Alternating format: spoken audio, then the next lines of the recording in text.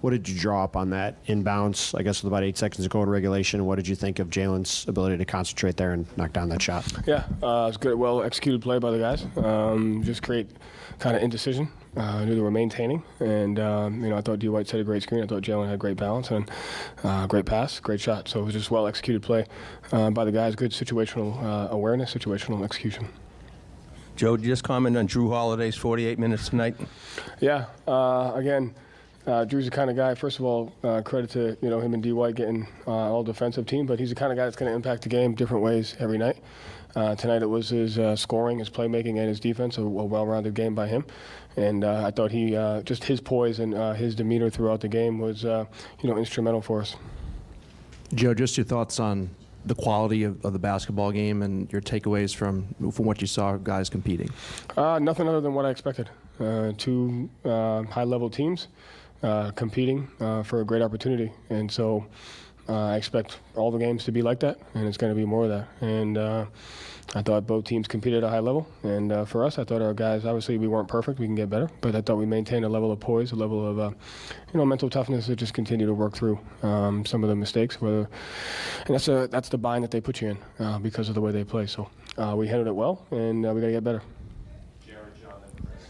How hard was it to control the tempo against this team, and then especially the way that Tatum was able to kind of slow things down to be physical at the end? How do you feel like you were able to find control in overtime? Yeah, I mean, I think you have to find that balance. Like there's points to be had with playing with pace, playing fast, and so there's that balance there. I thought we handled it well in the first half. I thought in the second half you got to pick and choose your spots. Everything just depends on the time and score of the game. Situational basketball, like we didn't get organized at the end of the quarter, got an illegal screen, and gave them the last possession of the shot. Like just small stuff like that. But for the most part, I thought we played with a level of poise. I thought our rim reads were good. 15 turnovers. I think two of those were illegal screens, and some of them were at the rim. So you're just going to have to find that balance. There's times where you're going to have to play fast with them, and there's going to be times where you have to execute. Joe, you had a couple of times where the lead was up to 12 or 13. Obviously, they're potent. They're going to make their runs as well. But what could you have done in those spots to kind of maybe hold off and minimize their runs? Yeah, I don't expect that it's a really hard thing to do with the pace that they play with, the speed that they play with, and the variance that they have. And so you just continue not to expect that you're going to build on it. You may build on it, you may not. And so I think just playing without the expectation of like, okay, it's 13 now, let's see what happens, right? So I think the guys did a good job of just playing through it. I have to go back and watch. I'm sure there's a couple of times we had live ball turnovers. I'm sure we may have not closed out to a three-point shooter. I remember when it was 10, Turner got an open one, which cut it to 7, I think 47-70 or something like that. So there's always going to be, they're going to test your discipline every single possession, whether you're up 5 or whether you're up 25. And so I think at the end of the day, it's like we shouldn't even really look at the scoreboard. We should just keep playing as much as we can. Joe, Jason struggled in the fourth quarter a little bit early in overtime. What can you say about kind of how he's able to shake off misses, turnovers, and kind of make the shots he made down the stretch? Yeah, I know. It's 12 for 26, pretty efficient. I think he just missed some good looks, some open ones. But I thought he just plays with a level of poise and a level of comfort knowing that the next one's got a chance to go. And so he got this exact same shot that he got down 3, and then he made that one. So just staying with it, man. Like, you just can't have any expectations about how it's supposed to go. You miss a layup, you miss a 3, you give up something. Like, it just doesn't matter. And I thought our guys had that kind of mindset, and credit to him. Just changing the frequency. He was handling a little bit, then he was screening, spacing, got some catch-and-shoot shots. So I thought it was just a well-executed game by the guys in the fourth quarter. Joe, Jason was a plus 20 in his 45 minutes. What made him just so effective on the floor? You took him out at the end of the third, and that's when Indiana immediately made their run. What was he doing to be so effective when he was on the floor? I think the other guys played a part in that as well. But for the most part, I thought his shot selection was good. I thought the ability to either handle and screen got us open looks for whether it was himself and others. And I thought for the most part he competed defensively. But have to see what the lineups are, but I'm sure other guys played a part in that. Jalen shot, rebounding, defense. So I think it was on everybody. Well, I love the way our guys fought in this game. This loss is totally on me. With 10 seconds in regulation, we should have just taken the timeout, advanced the ball, and found a way to get it in and made a free throw or two and ended the game. But it didn't happen. and we made some other mistakes, but our guys just need to concentrate on fighting the way they fought in this game from start to finish, and we'll be back Thursday. Rick, what to you was the root cause of your turnover issues tonight? 21, I think, was the number you guys finished with. 22 for 32 points was what I saw. 22, yes, that was my hand. Sorry. You know, we made mistakes. And so that's an area we got to clean up. And then, you know, rebounding was pretty even. But we did a lot of good things that we need to continue to do. And, you know, we've been a tough-minded, resilient team really for almost the entire second half of the year. And we got to continue with that and come back in here on Thursday night. Was there instruction to foul before that round three, even though there wasn't really a chance to do so? Yes, but he caught the ball and he was faced up, so Pascal decided to lay off, which was, you know, I understand, you know, that's probably the right decision. You don't want to give up a 4-point play. So, you know, look, a lot of things had to go wrong for us and right for them. They did. And so, you know, we got to own it and we got to get ready for Thursday. Just obviously, you mentioned the fight. There's certainly, you know, you guys had a couple double-digit deficits you were facing. Just what did impress you in those moments about, you know, in terms of their fight and their ability to come back in those situations? Well, you know, we just all year long, our battle cry has been continue to play, continue to push tempo, continue to execute, keep playing no matter what, you know, and it's served us well. And it did tonight too, and so you know, we got. It's unfortunate we did so many good things in this game that it came down to a couple of mistakes at the end. But this is the NBA playoffs, and we've got to learn from it, and we got to bounce back. I think at the end of regulation, you had taken 3 foul shots to their 23 or 24. Did you have a feeling in the game about how it was officiated? I mean, my daughter's already got to sit out 1 semester of college. I can't ever take a whole year off. Rick, just with Ty, that final play in regulation, 5.7, just what did you see on that play? And then just from an execution standpoint, what were you guys kind of looking for on that one? Well, I don't want to get into the exact play and what was supposed to happen. They did a good job guarding it, pressuring it. Ty obviously had to make something happen and ended up in a tough spot. But he did get a shot up, which is a positive. But we never should have been in that situation. And then he had a turnover in overtime on some physicality from Drew. Just how do you want him to try to hold up against that physicality? I know Derek White really brings it pretty hard at Drew as well. We had a lot of turnovers that would be hard to explain, you know. But this is conference finals in the NBA playoffs, and so, you know, these things happen. And you know, as many turnovers as we had, you know, our guys continued to play and continued to fight and, you know, found a way to get, you know, the 3-point cushion and the ball. And so at that point, we just got to finish it off.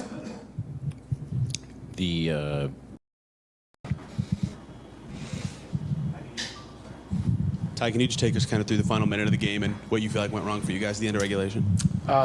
Just turnovers. I mean, I dribbled off my foot in transition. We turned it over on the side out of bounds. That you know, those are 2 possessions that we can get free throws out of that we messed up. And then just that last play in the corner, I think you know, we were going to foul, but the way Jalen caught it, it was like he was just going to shoot it right away. So I think Pascal didn't want to foul him, which I thought was the right play because I thought he would have got called for 3 shots, and Jalen just made a big shot, and then you know, that last possession. Just didn't get a good one. You know, felt like there was a better shot for me to get that I didn't get. When you have that many free throws as a team, was there a theme to that? Was it sloppy play from you guys? Why do you think the number got so high? Free throws given up? Turnovers, yeah. I think it's more on us. I think, you know, they're a great defensive team. They got, you know, great defenders, individual and team defenders. But they're not a team who forces a ton of turnovers. You know, they're a solid solid team. I just felt like we had a lot more of them were probably on us than them forcing them. So we got to clean that up. And outside of tonight and one game last series, we've really taken care of the ball. So we'll fix it in game 2. You said you felt like there was a better shot for you to get, I guess, if you could elaborate on that. I mean, did you feel like the first look you got when you were deep, is that the one you mean? Do you wish you would have taken that one, or is there anything else you felt like should have gone better in that possession? For sure. That's replayed in my head 100 times already, and it'll replay, after I get out of here. But I can't dwell on it. I felt like that was probably the look for me to shoot. And wish I did, but I didn't, and we had to move on. In overtime, we were right there. Just didn't get enough stops when need be. I turned it over down there, down the stretch. But we were right there to win the game still in overtime. So, it happens, and I learned from it moving forward. Tyrese, Rick, in his comments up there, took what he said was full blame for not calling timeout to advance the ball with about 10 seconds left. Were you looking for a timeout in that moment, and just what's your reaction to him? That's not on him. Us as players, we got to do a better job. I had 2 bad turnovers that I feel like cost us the game, one in fourth and one in overtime. So, I understand he's protecting us, protecting, me as well. But I'll take that more than he should. I got to be better, and I will be better in game 2, and we'll respond the right way. Ty, is it more discouraging because you lose a game like this in heartbreaking fashion, or encouraging knowing you were toe-to-toe and really they didn't win this game, you guys lost it? Well, they did win, and we did lose. I think encouraging. I mean, we know we can play with these guys. I mean, that's for y'all to say that we don't. There's a lot of people out here saying we don't belong here. We don't really care. We know we belong. I think it's discouraging just because of the plays that happened. Down the stretch, we feel like we were in position to win the game and just didn't win the game. But what I will say is encouraging is we have been trash in game 1s, first series and second series, and today we played great for about 47 minutes. Just didn't sustain it for 48. So we'll go back, watch the film. There'll be good, there'll be bad, and we'll learn from it, and we'll be a lot better in game 2.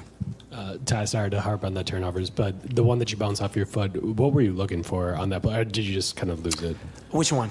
The overtime, or 27 seconds left when you came up the floor, left wing, and in you the bounced fourth. off your foot. Yes. In the fourth. I don't know. There was like 3 different occasions where I dribbled the ball off my foot today. I don't know what happened.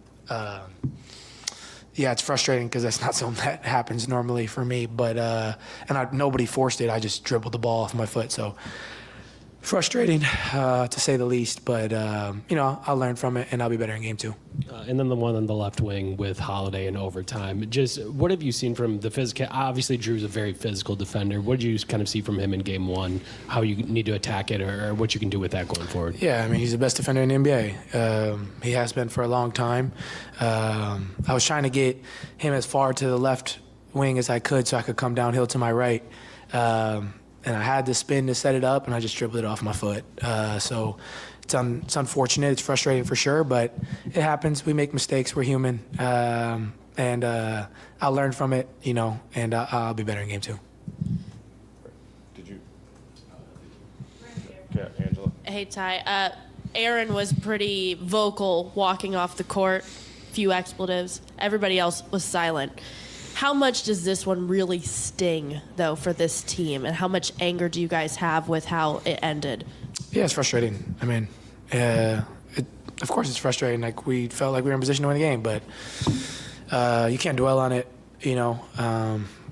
What I will say, I mean, we've lost every game 1, but we've responded well in all these game 2s. So, I expect that from this group. I expect us to be ready to go.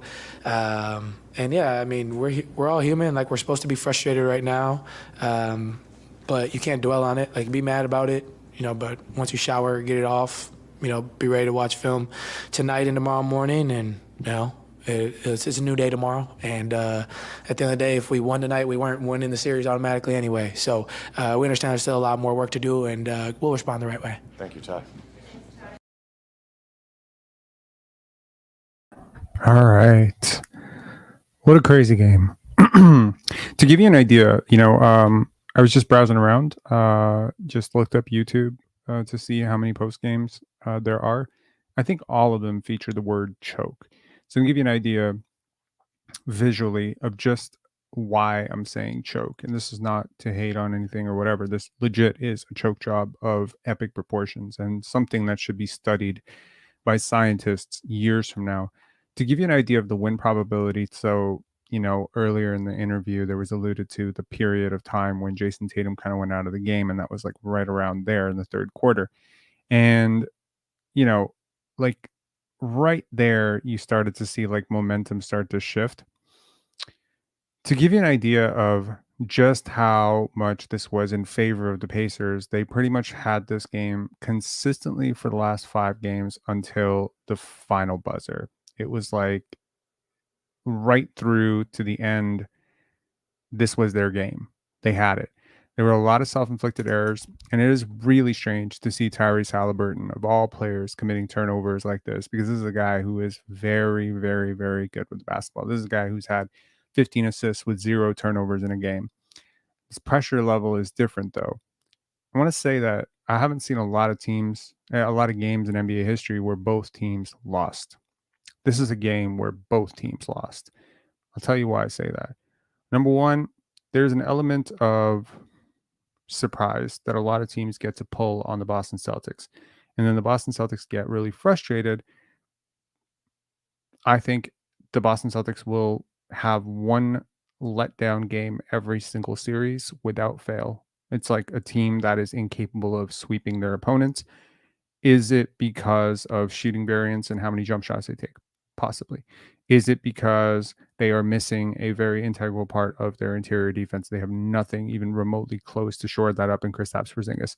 That's part of it. Is it because Jason Tatum and Jaylen Brown have like the combined toughness of a child? I don't know. I'm actually quite a big fan of Jason Tatum, but yes, it is hard to ignore sometimes his shot selection and late game decision making is quite poor. But for whatever reason, this team does have a letdown game almost every series. We saw them lose to a very depleted Miami team and make that series way more competitive than it had to be. We saw them, lose a couple. I think we lost 1 game to the Cleveland Cavaliers, or 2 games. I mean, this is a team that, in theory, has been favored to win every single game they've gone into so far. Almost always by double digits. This is a team that hasn't been tested. And then on top of that, this is a team that hadn't played for 6 days. And then on the other hand, you have Indiana, who, albeit, also haven't played anybody. So both these teams have basically walked through the East, and neither of them have had a significant challenge. I mean, am I being a hater or am I being honest here? Who have they played? Right? Boston beat a depleted, gutted Miami team without Terry Rozier, without Jimmy Butler. I mean, my God, Jimmy didn't play a single minute of that series. So nobody thought that Miami had a chance in that series, right? And they shouldn't have had one. Then you go into facing, Cleveland, and they lose Jared Allen before the series even starts because he gets injured facing off against Orlando. So they had like one little chance, and that was over. And then towards the middle of the series, they lose Donovan Mitchell, and it's curtains. It's curtains for the team. So they haven't really faced anyone. On the other hand, you have Indiana that faced a completely gutted Milwaukee team, and then they face a competitive, series in which they managed to go down 0-2 despite having an advantage, in terms of speed, size, health over the New York Knicks. They sort of win game 1, but they lose it somehow. And they do it again. They do it again here. They totally won this game. The Indiana Pacers totally won this game. Scheme, everything that they ended up losing this game is all self-inflicted. So the fact that they end up losing this game, it's a double loss, because on the one hand, you wasted that one opportunity where the Boston Celtics were rusty. They hadn't played for 6 days, and they're probably sleeping on you. I don't know why they're sleeping on opponents. Like, they haven't learned their lesson from the last few years. I mean, they just got walked by Miami last year. Did they learn their lesson? Right? But once again, this is a team that sometimes, and they have weaknesses. Like, there's a lot of, like, they sleep on their opponents. They're not tough enough. But there are tactical things that teams like Indiana can do to really exploit some of Boston's weaknesses. Now, obviously, if we're comparing roster for roster, there is a significant advantage on Boston's side, right? They have the In theory, they have the best player, although, some people would debate that because a lot of people are very big Jason Tatum haters, but I think Jason Tatum is vastly the best player in the series. You can make an argument that Jaylen Brown's the second best player in the series, but, sure, you can hand that tag to, but beyond those top two, it's not close, right? Drew Holiday, Derek White. I mean, this is a vastly better supporting cast. Could make an argument that the Pacers have a little bit more depth, right? Or at least they use a little bit more of their depth. This is a team that plays really fast. Now, typically, you would think that a team that plays really fast, moves the ball a lot, plays that sort of 0.5 basketball, has, two all-stars like Pascal Siakam and Tyrese Halliburton, that they should have probably a puncher's chance of at least, being competitive in a series against the Boston Celtics. And they do. And they do significantly for one reason, because I think that actually it's a couple reasons. I'll give you two. Number one, Boston has been terrible defending the pick and roll pretty much the entire playoffs. Now, you can argue they really haven't played anybody, and they haven't really dialed up to their gear. They've been through this war a couple times. They've been to the conference finals a lot. They know it's a war of attrition. They're just trying to get to the finals healthy. I'm trying to say, whether you get to the finals or not, the team that's coming to the finals on the West side has faced a war path that you are not ready for. They are tuned up to the level that you are not tuned up to, and they're going to mop the floor.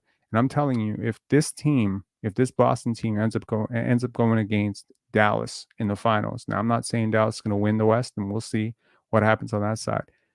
But if they go up against Dallas, they're going to get killed, because Luka and Kyrie are exactly the type of players that give this team a lot of trouble.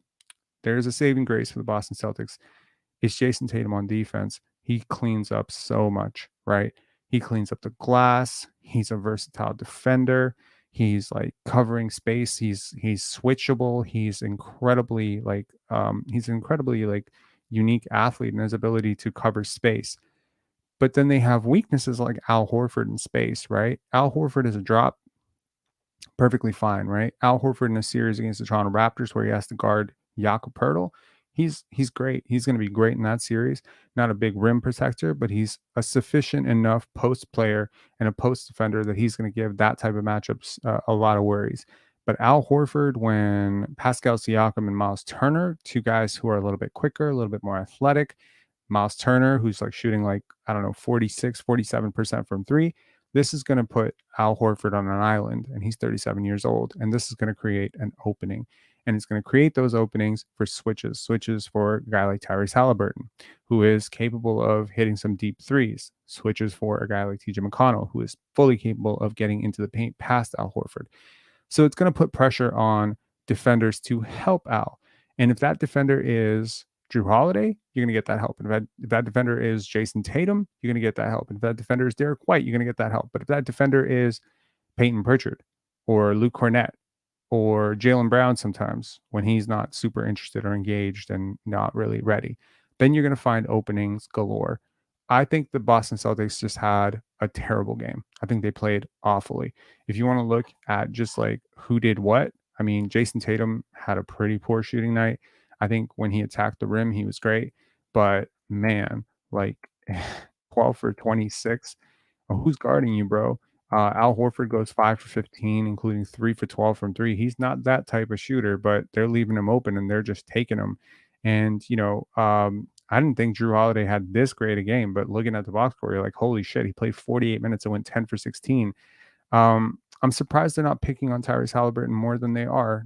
You got to find the mismatch here, and the Pacers give up a lot. I know that Aaron Nesmith is doing a lot of heavy lifting, and I feel like this game really felt out of reach when he fouled out.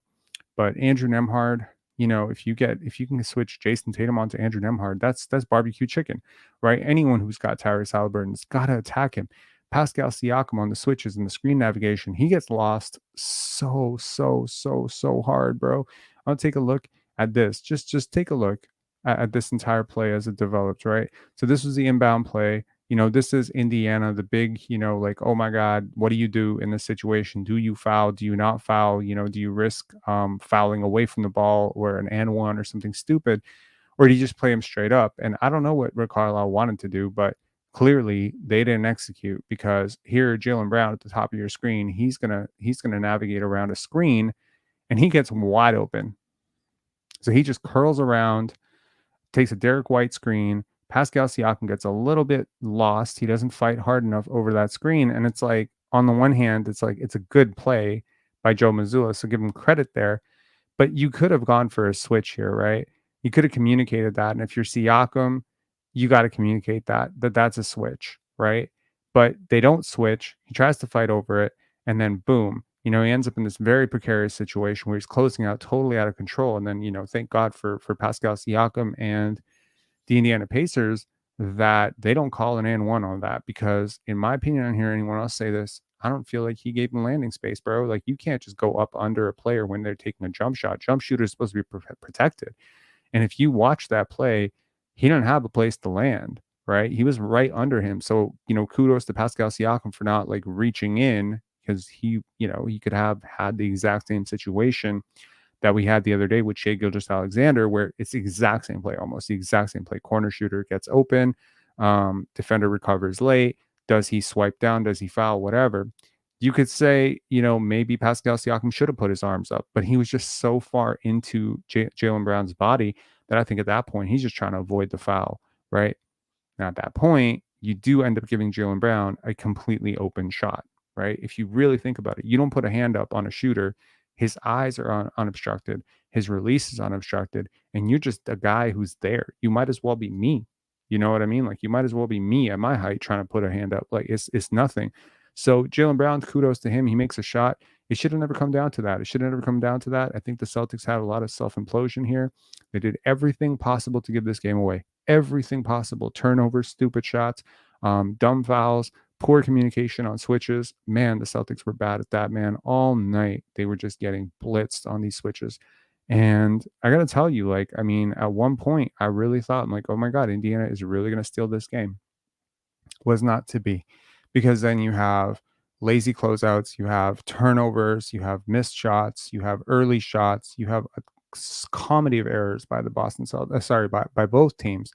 But ultimately, in overtime, Jason Tatum finally pulls it together, gets that strong and one. He finishes through contact because the contact was weak, and it's just like, you can't be fouling like that, bro.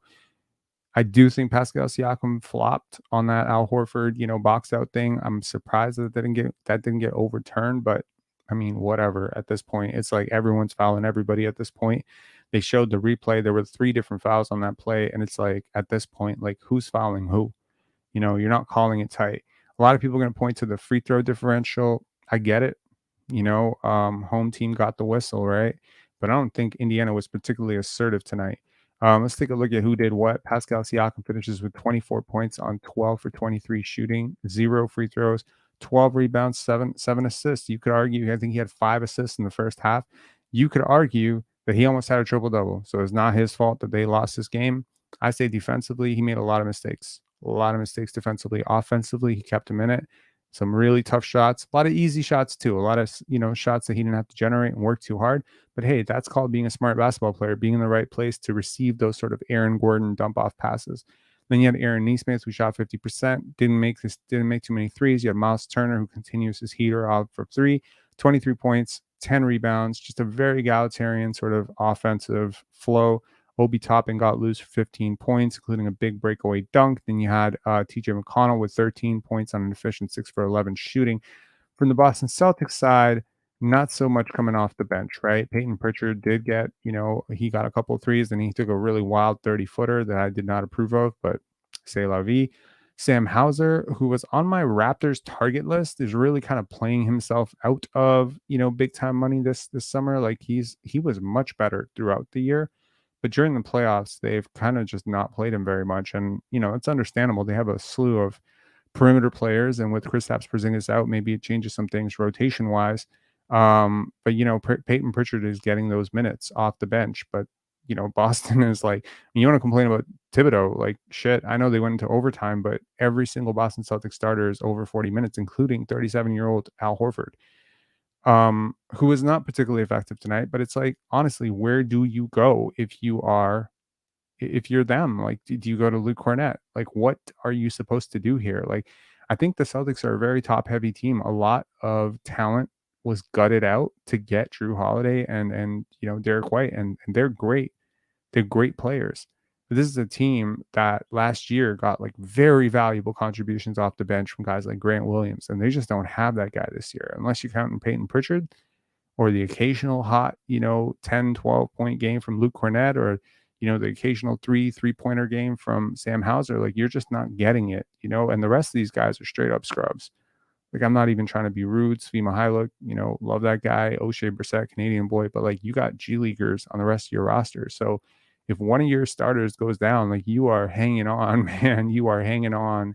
Like, you're trying not to just die in this playoff series because one of these guys goes out. You don't have anything behind them. So, and then, you flash to the other side, and it's like the Indiana Pacers, they're going like, shit, like they could go deeper. Doug McDermott could probably play in this series. Maybe, um, Jalen Smith could play in this series. Isaiah Jackson could definitely play in this series. Like, they're a damn deep team.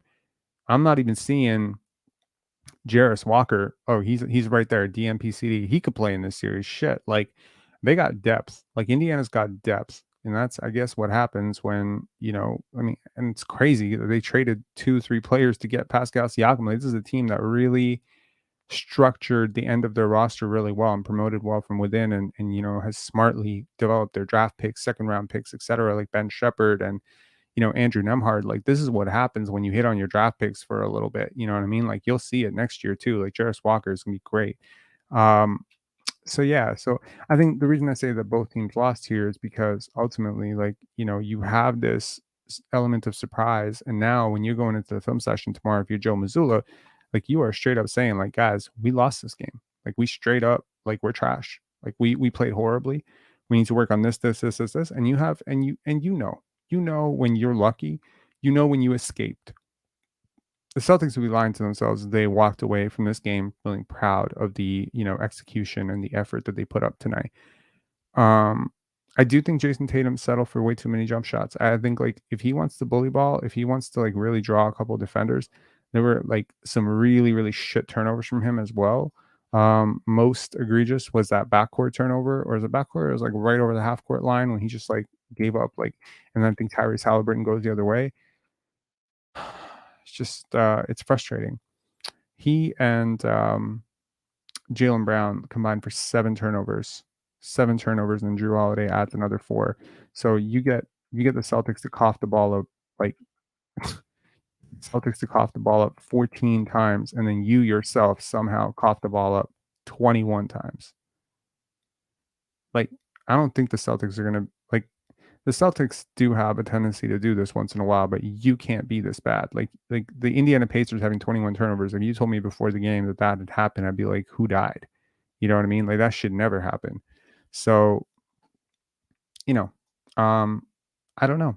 I think momentum really, really is important in a series. I hope the Indiana Pacers are able to bounce back from this quickly, like mentally, just bounce back and say, yes, we let one get away, but we were right there. Next time, let's just keep hammering, right? There's another version of this where the Indiana Pacers come out with a massive hangover in game 2. Like, shit, we just let one get away, right? They definitely let one get away.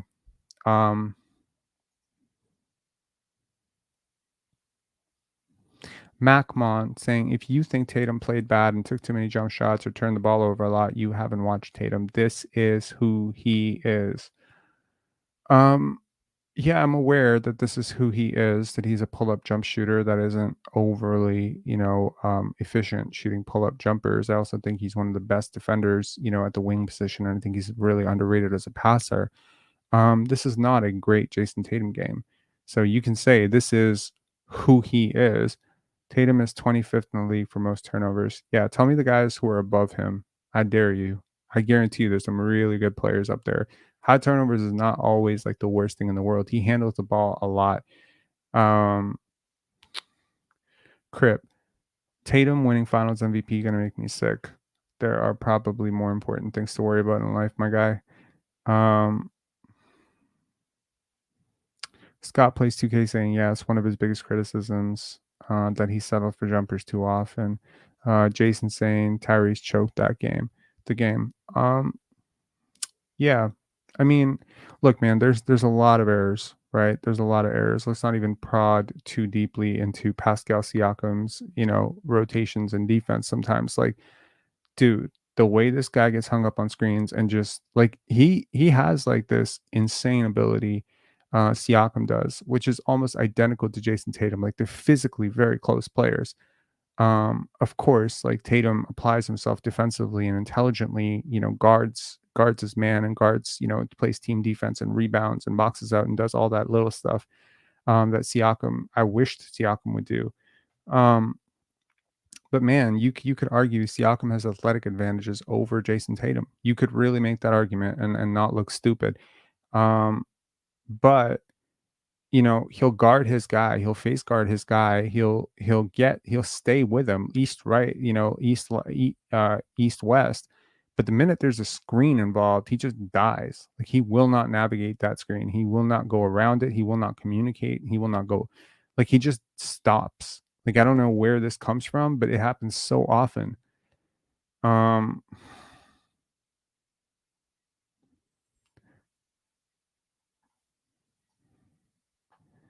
There were errors on both ends.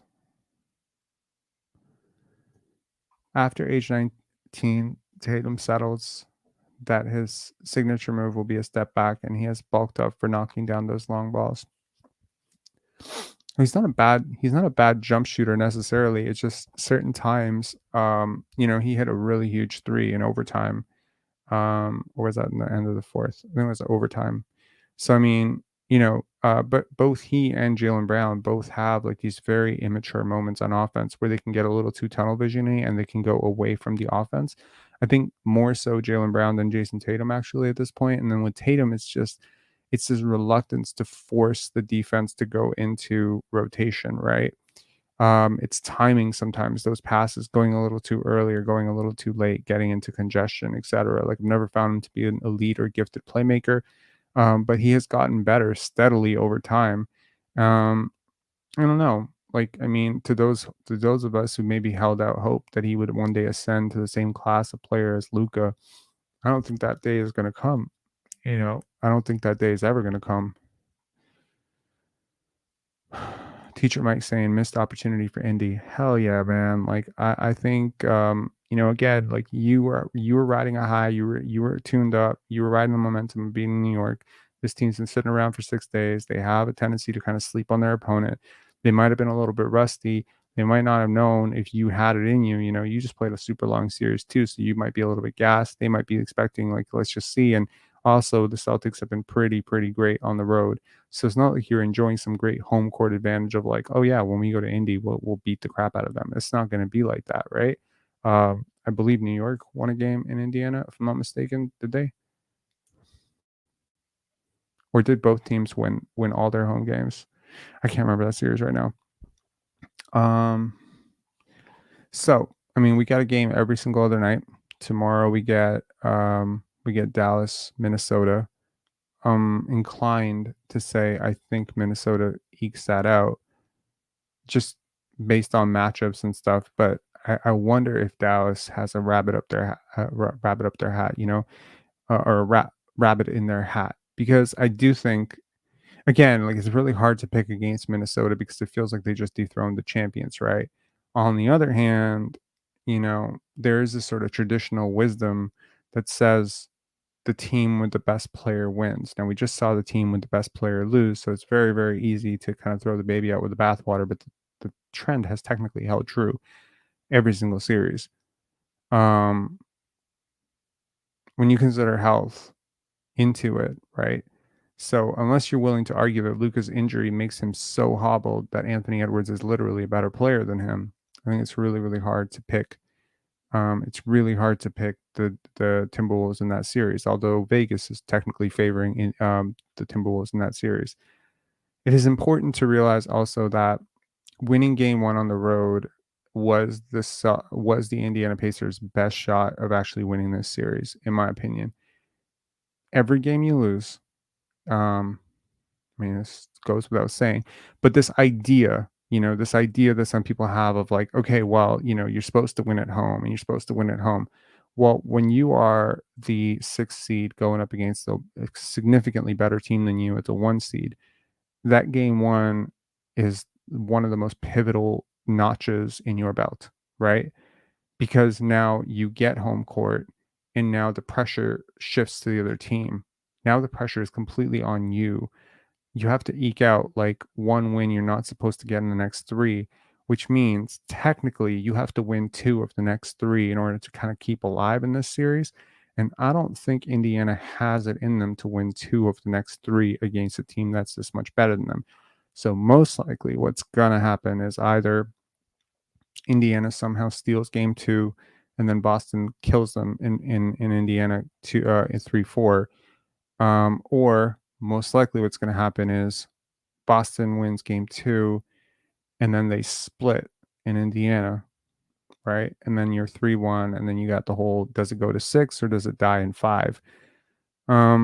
With Dallas, Dallas, the trend has been that they are a slow starting team in series, right? They're very patient.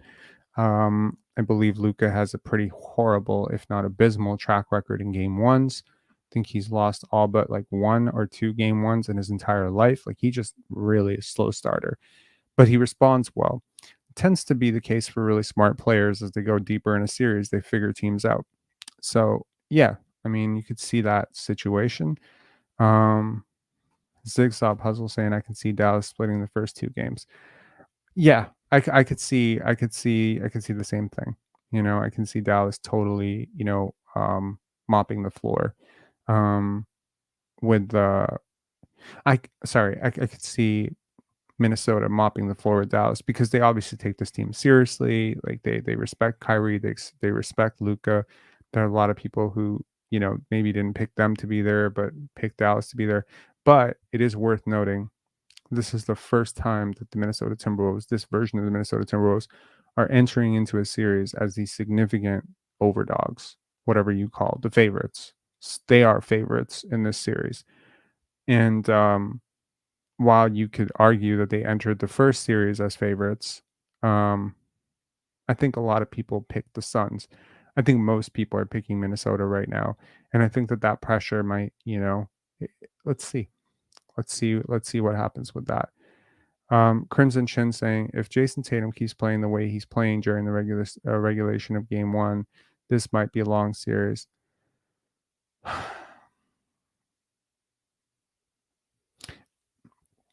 don't think so. I mean, it could be. It's just, here's the thing. The Miles Turner factor of this and the Siakam factor of this versus, I wonder what adjustments Joe Mazzulla is going to come up with. I think it's worth saying, and I mean, I'm not trying to be rude to Joe Mazzulla, but I think Rick Carlisle is a better coach. And it's kind of weird to have a team as talented as the Boston Celtics being coached by a player, coached by a person that I don't really necessarily think is one of the top 5 to 6 coaches in the NBA. I mean, is that job so undesirable? I realized you hired him because of impulse, right? He was this guy. Will Hardy was supposed to be the hire. He got poached by Utah, and then Ime Udoka was supposed to be the long-term stay, and then he had that situation. So, you reach for Joe Mazzulla, but I just assumed that this would not be a permanent fixture.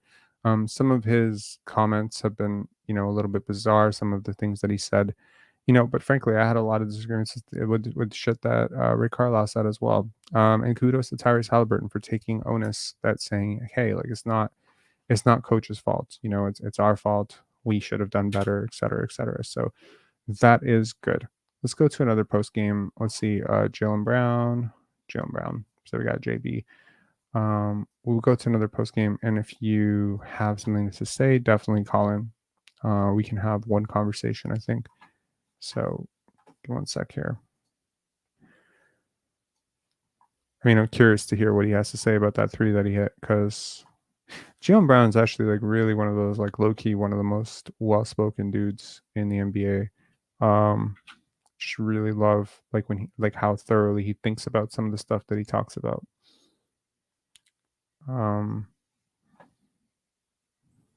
Man, I would like love to do a film session on this game because I feel like there's so many issues with like schematically with some of the stuff that the Pacers did. Okay,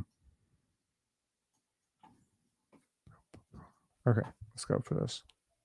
Jalen, if you could, obviously that was a pretty chaotic final 20 seconds or so regulation. Could you sort of walk me through what you were thinking during that timeout before the inbounds pass, and then obviously going through that play where you end up hitting that game-tying shot? One, it was just a good momentum play that we was able to turn them over and get an extra possession, and that led to a great draw up. Drew made a great pass. D-White set a good screen, and the rest was it. The rest was history. Jalen, with everything that was going on down the stretch, how good was it for this group? You know, every year is different. This team to go through what you went through and yet come out with a victory tonight. I think it's always great to come out with a win, but obviously we got to tighten up in some areas, and we're gonna watch the film.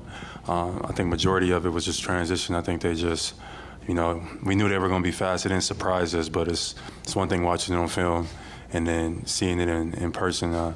They just got out of a dogfight with New York, and it just felt like they was just flying by us, getting easy layups. We got to be better. We got to match their intensity if we want to win this series.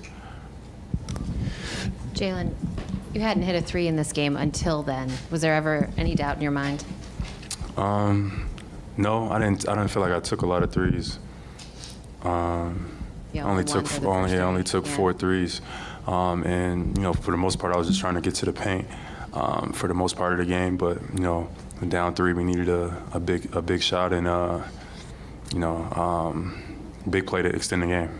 And then just how big were the vets in this game, Al Horford and Drew Holiday, for you guys? Yeah, Drew was fantastic. You know, Drew was exceptional, man. Shout out to Drew. Drew came out and balled, man. He's the reason why we won this game. I think he just was poised. He took advantage of his matchups. He just was so elite, you know, and that is a lot. And he's guarding Halliburton, picking him up, chasing him around. Like that was special from Drew Holiday. And now, you know, being able to come out, knock down shots, make some big plays at the rim. You know, those two guys were great for us tonight.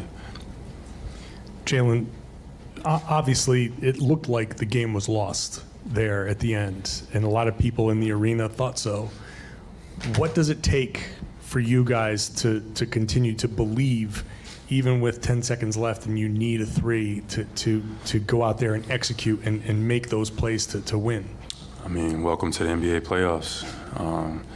You just got to manage your emotions of the game. Anything can happen. The game is not over until the final whistle.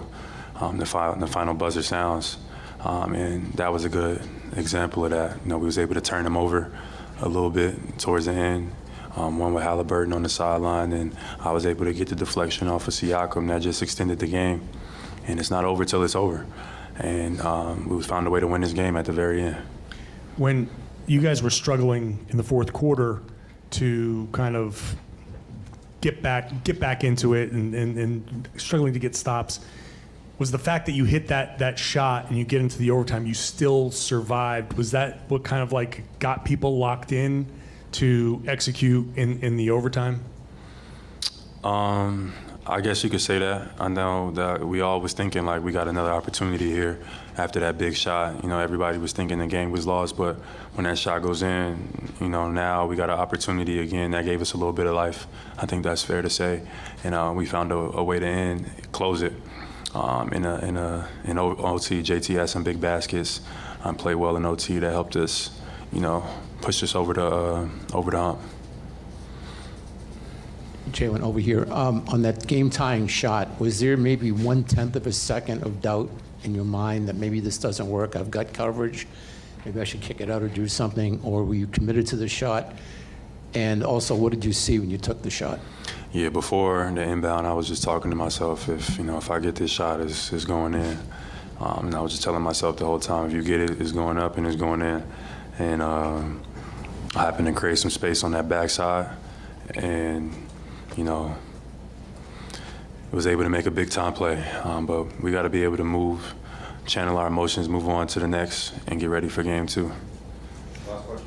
Jalen, just how good was that game, and can you feel that as a player when there's good pace and kind of teams battling to figure out pace versus half court? How good was the game, and do you feel like this is where the series is going to go? Yeah, I feel like the Pacers, man, they came out and played extremely well, man. They played with pace, they played with force, and they made it tough on us. They got a lot of baskets in transition, and we just gotta match their intensity. We got to be the harder playing team. We got to sprint back. And it's just a different series, and we got to adjust. And we'll be ready to go. But it's good to come out with a win on our home floor.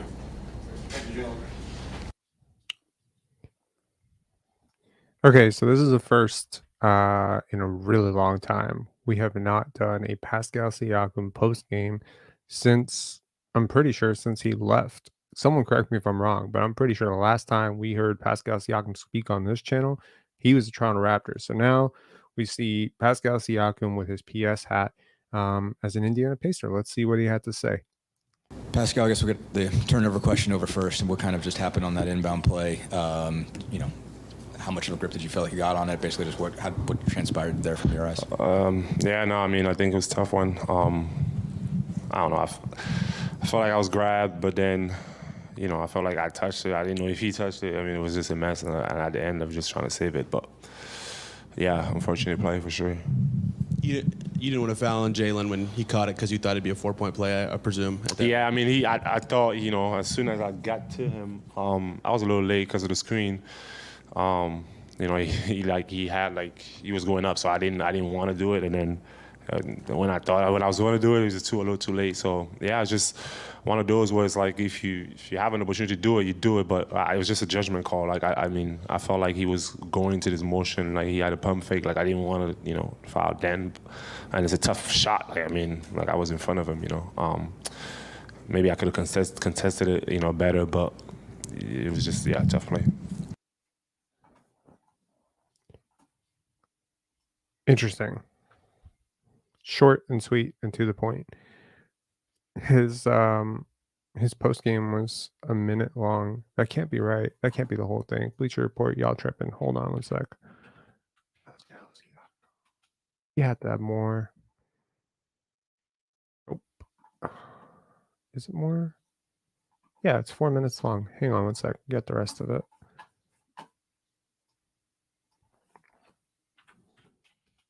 See the full breadth of what he needed to say.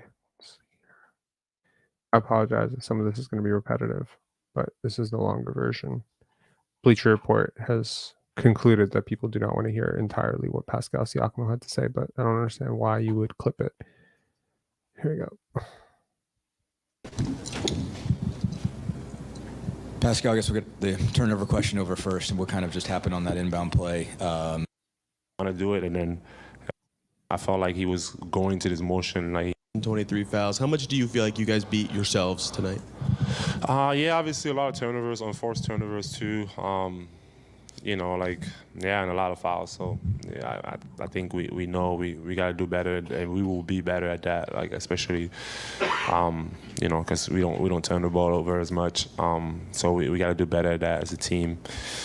And yeah, try to play without fouling. I don't know how many fouls we got on the other side, but we just got to do a better job of just not fouling. How do you come away from this game? Because you guys did a lot of good things. You responded from the big lead they had, but obviously the turnovers late. So what is the feeling that you have, or kind of want your teammates to have? It sucks. Obviously, I think it should suck. But I think we did a lot of good things. We got to go back, get better. And at the end of the day, as much as it hurts, it's one loss. So we just got to move on from it, and we have another opportunity.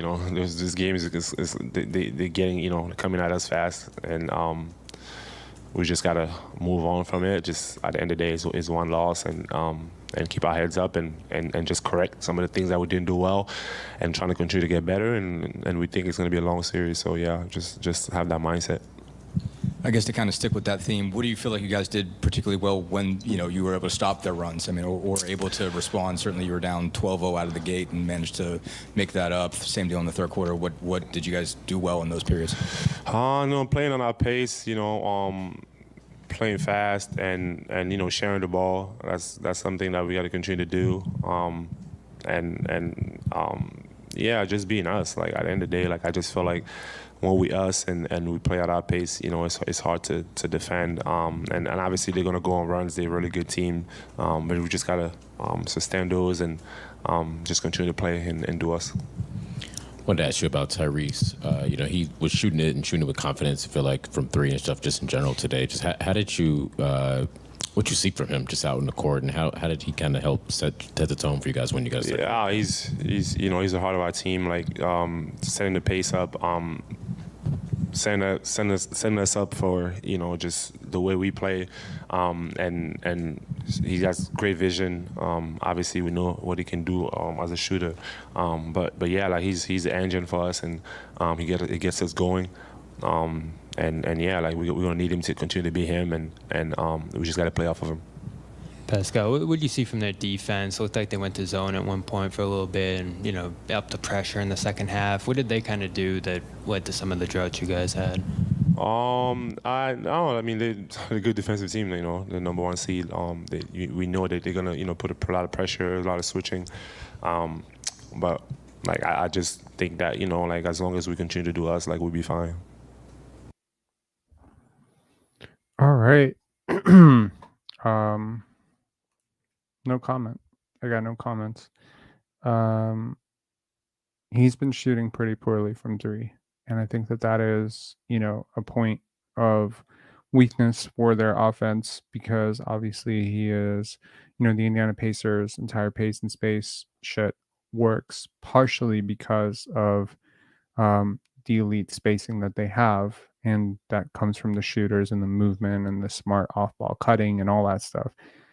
In a lot of ways, trading for Pascal Siakam is a compromise. On the one hand, he's a defensive upgrade over what you had in front of him, which is, what you had in his place, which is Buddy Hield and Obi Toppin. He sort of replaces them, and then they promote Andrew Nemhard and Aaron Nesmith to the starting lineup. And, it's better defensively. It's certainly better. It's better than it could be. On the other hand, you're still defensively somewhat compromised. He's not an elite defender. It's not OG Anunoby. He's not Herb Jones. He's not even, Derek Jones Jr. Like there's an upper limit to what you're going to be able to get away with defensively if another team really, really pushes your buttons. That's why I give, the Indiana Pacers absolutely zero chance in the finals.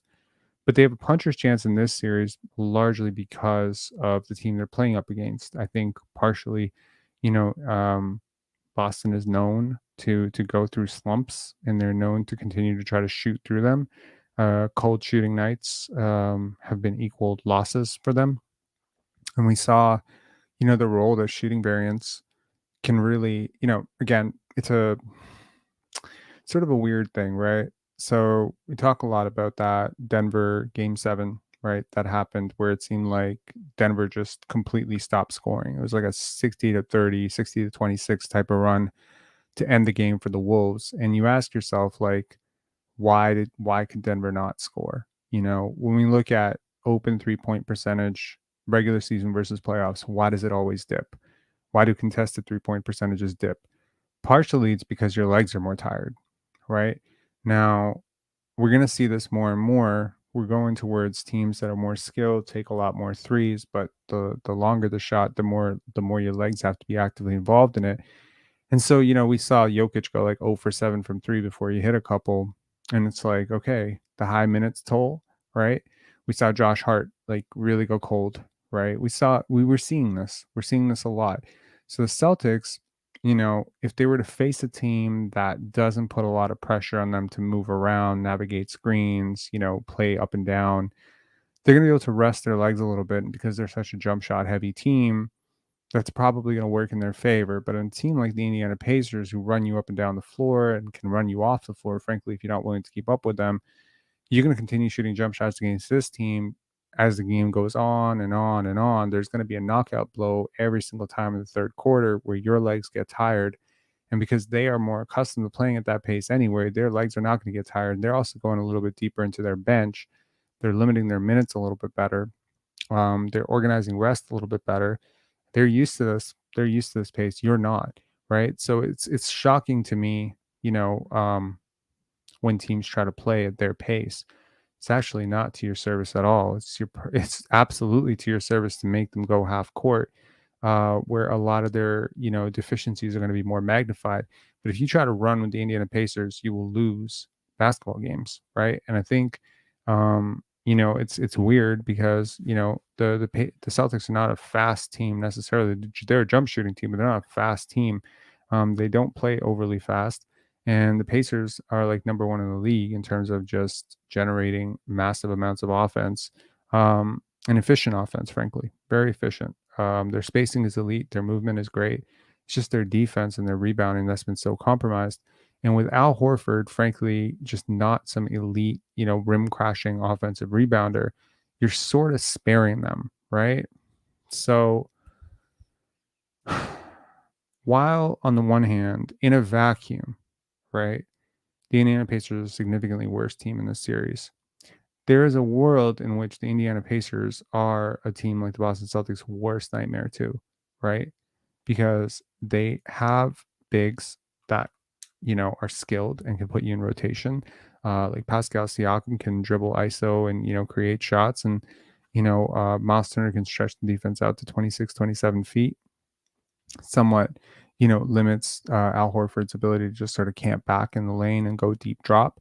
And I also think that Tyrese Halliburton is just like, he's a really smart player. Like, he is able to exploit your gaps in your defense. And when you have, Jaylen Brown at times, like, just not really kind of like taking a nap off the ball, sometimes that's going to happen. And when you have like, a small guy like Peyton Pritchard, you can sometimes pick on him with a matchup, cross matching, etc. So I think like, the Indiana Pacers, between TG, and then also like it came up again, when we were talking about the Indiana Pacers and the rim pressure they put on the Knicks. Dude, they're putting so much rim pressure here too. TJ McConnell and Tyrese Halliburton's ability to just get past their guy, again, either using a screen or not, or forcing a switch and then blowing past Al Horford or Luke Cornett or someone like that, because those are not very switchable bigs. You don't have necessarily like the most switchable bigs. Like the only switchable big, if you want to consider him a big, is Jason Tatum. He's like a big wing. He's 6'8", and that's the best chance you got, right? So if the Celtics want to go super small with Jason Tatum playing center, that might actually work in your favor in this type of thing, because Jason Tatum is fully capable of, but then it's like, who's your other wing, right? They're not respecting Al Horford nearly enough for him to. He's got to keep taking those threes. But I think athletically, if the Celtics wanted to shapeshift, kind of like what the Timberwolves do, the Timberwolves are a very shapeshifty team. They're able to play different ways, and I think this sort of malleability is very good in the playoffs. If the Celtics wanted to sort of shapeshift themselves and just go really small, right? I think they would mitigate a lot of the advantages, because you do have like really big wings, right? Like Drew Holiday is fully capable of guarding big wings. Like, he is totally capable of taking a matchup like Pascal Siakam, right? Derek White is fully capable, at 6'2", 6'3", of taking on a 6'5" or 6'6" player. All these guys are super small, but they're able to guard up positions, right? And Jason Tatum, like, he was the leading rebounder in the last series. Like, he is really capable of boxing out. I don't think you're going to get killed on the glass by Miles Turner and Pascal Siakam, who are notoriously bad, right? In terms of rebounding. So, like, where is that need to have Al Horford? I think it's just a really weird series for Al Horford. So I would consider, Al Horford maybe playing less and trying to play someone like, God, it's like, where do they go? Where do they go for offense? At least Al Horford's like a really smart basketball player who makes good reads defensively. But just, again, athletically, I think you need another athlete on the court with these guys, right? Just to put a little bit more rim pressure, because, again, right now you're just not getting it. Like Jason Tatum, you're not really beating his man off the dribble necessarily. He's not willing to, or he's not able to. He's just not doing that, right? And it's like, you got to exploit Pascal Siakam's late closeouts with like drives to the rim and open kickouts. You got to be able to exploit Tyrese Halliburton on an island and put him in a screen, and then just put their defense like on wheels. Like, you're not doing enough of that. You're just kind of swinging the ball around, maybe once in a while putting it into the post and then swinging it around again, and then just taking some stupid ass three. And yeah, on the night like where your threes go in, you're going to beat this team by 30, right? But on the nights where your team doesn't hit threes or is like average or below average, just barely, like you open yourself up to losing this game. So John Hamilton saying Tillman could help Horford. Yeah, it's similar issues with Xavier Tillman, to be honest. Jaden saying I still think Celtics can win in 4. Is that crazy to say? Totally not. Totally not crazy to say. But they're going to need to make some adjustments. They're going to have to take this opponent pretty seriously. And honestly, like the best way to, stay healthy is to play fewer games, I think. You can talk about, tune-ups and whatever. The truth is you're not getting a fair tune-up against this team to face Dallas or Minnesota anyway. So you might as well get to that series healthy. There's also the other component of this, which is I do believe that Kristaps Porzingis will probably, in some form or another, probably off the bench, play in this series. And I can tell you that dude is going to, he will make this series impossible for Indiana. Impossible. They have no matchup for him that is even remotely close. No Miles Turner and Pascal Siakam are not it. I've watched those guys try to guard him for years. His release point is so high. On the other hand, he is a really great rim protector, and he's going to clean up a ton of the issues right now.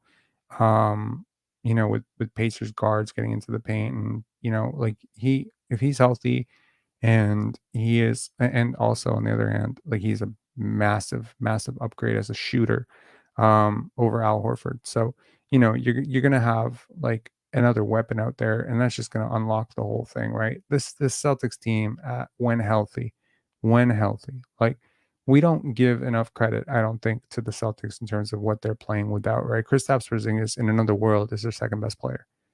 Like you might not say he's their second best player, but I think he's like very much on par with Jaylen Brown as a player. So unless you're going to tell me Derek White or Drew Holiday are better than Jaylen Brown, like I think he's up there as one of their best players. It just so happens that Derek White and Drew Holiday are often like benefactors of all the attention that Jason Tatum and Jaylen Brown and Kristaps Porzingis get. So that so often you're looking at these guys and you're saying like, well, they're averaging 18 points. They're better than this guy. I don't think they're necessarily better than him. I think he's just a really, really skilled offensive player, and I think you need that.